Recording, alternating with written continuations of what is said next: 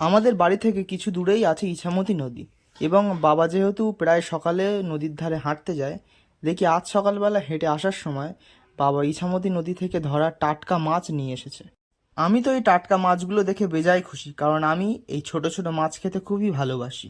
এবং আনার সাথে সাথেই মাকে আবদার করলাম যে মা, কাটতে বসো, আমি ভিডিও বানাবো, কারণ এই টাটকা লাফানো মাছের ভিডিও বানানোই খুব আনন্দের বিষয়। এই যে মাছগুলো দেখছেন, প্রতিটা মাছ কিন্তু জ্যান্ত। প্রথমে কাটা হলো, সেটার নাম হচ্ছে চেঙুগুলে, এবং এখন যেটা কাটা হচ্ছে সেটা হচ্ছে একদম টাটকা ধরা পার্শে মাছ।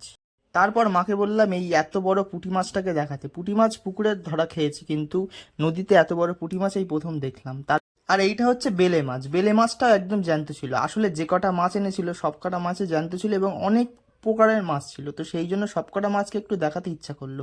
এই হচ্ছে ট্যাংরা মাছ, সেটাও জ্যান্ত। ট্যাংরা মাছটা একটু মাকে কাটাও মেরেছিল, তা অসুবিধা হয়নি। এবং এই যে চিংড়ি মাছটার অবস্থা দেখুন, লাফিয়ে লাফিয়ে চলে যাচ্ছে, মার হাতেই আসছে না একদম। এবং আপনাদের আর একটা ভালো জিনিস দেখাবো, যেটা হচ্ছে এই যে চেঙোগুলে মাছটা আছে, এই মাছের যে দাঁতটা, এই দাঁতটা অনেকটা পিরানা মাছের মতন। সেই জন্য যখন কাটতে হয় তখন দাঁতটাকে, মুখটাকে অনেকটাই কেটে দিতে হয়। এবং এই যে আমি একটু ফোকাস করে দাঁতটা দেখানোর চেষ্টা করছি, ভালোভাবে দেখুন, দাঁতটা একদম পিরানা মাছের দাঁতের মতন একদম ধারালো।